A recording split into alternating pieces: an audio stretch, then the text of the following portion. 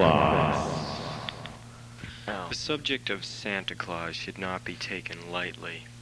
Greg Tansey and I went into a deep discussion of this subject, covering all aspects of Santa Claus. I will be making references to that interview, and we will be playing examples of Santa Claus music and exposing the real truth of Santa Claus.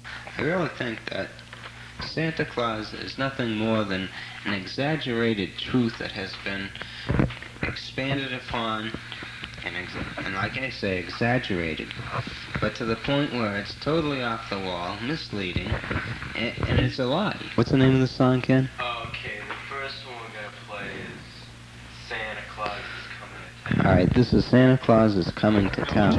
We're going to take note of threatening lyrics, but the title itself is deceptive because Santa Claus isn't coming to town, because if Santa Claus ever did exist, he's now dead.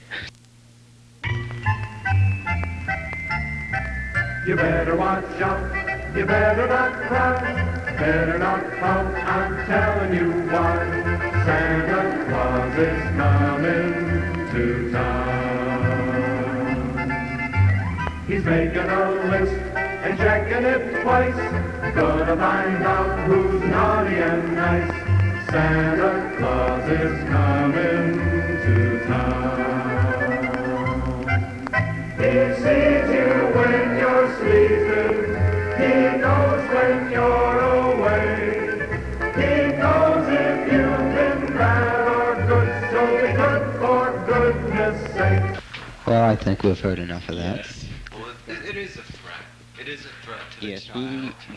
we see him, and it's not just, it's a never-ending threat is the thing. You notice the lyric, it says, he sees you when you're sleeping, when you're awake. I mean, there's no escaping this guy. I mean, who is he? I also had the opportunity to interview Alexander Ross, another authority on Santa Claus. He gave a clear definition of what Santa is and the problems he causes in a young child's life. Well, clearly what we have here is we have a false god, is what it is. It's a substitute god. For we see, as you pointed out earlier, that he is all-knowing and that he judges good and bad. This Santa is only a man, but he takes on superhuman magical qualities. His reindeer can fly.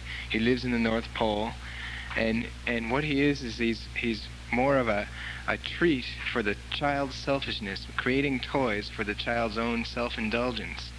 And does not get any respect. It's a substitute god, something bright and flashy, this bright white curly beard and jolly smile and all that stuff is just something tangible for the child.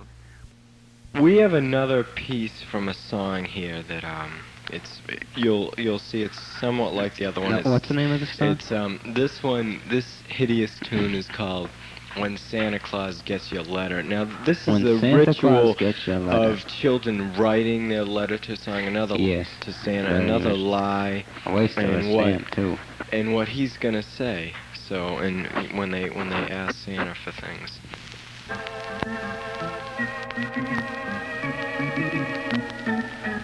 When Santa Claus gets your letter, you know what he will say. Have you been good the way you should on every single day? When Santa Claus gets your letter to ask for Christmas toys, he'll take a look in his good book he keeps for girls and boys.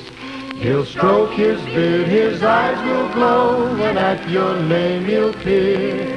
It takes a little time, to check back one whole year. When Santa Claus gets your letter, I really do believe you'll head his list, you won't be missed by Santa on Christmas Eve. Oh, that's enough of that tune. Yes, a very interesting note.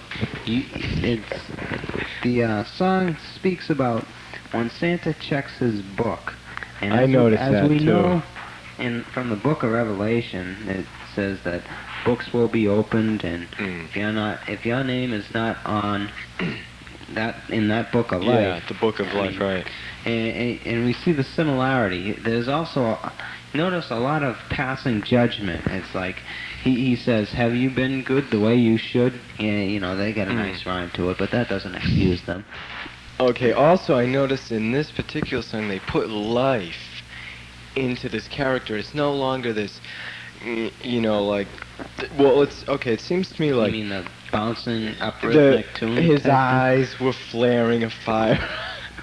I believe it was something similar to that. thing? Yeah, it was. And so, character Santa Claus here in the song begins to take on characteristics, so the child gets a vivid image of this man sitting there with his list, knowing yes. everything about the child, and like you say, he has to go into that approval. And I'd like to work to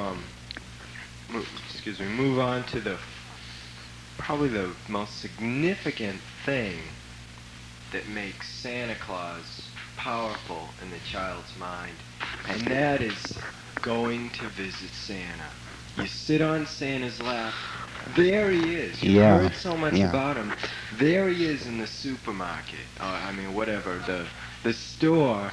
And, of course, there's another one in the store down the street. Yeah, that's true, but too. he can be all over. There he is. You finally get to see him. Very good point. Strong And point. this comes into the worship. Like an omnipresent type situation. They actually must worship very, this man, like to sit on very, his lap very- is like, and look up at him in awe. Yeah, here's my provider. You know what I Yeah. mean? That type of thing. If any children are listening, I would just like to point out, your parents have been lying to you. This man you hear in the background is just a man. Santa is not real. Don't believe it. Just search for the truth and ignore this lie. And please don't hold any bitterness against your parents for lying to you like this. It's what they've been taught to do, and I guess they just are doing it out of ignorance.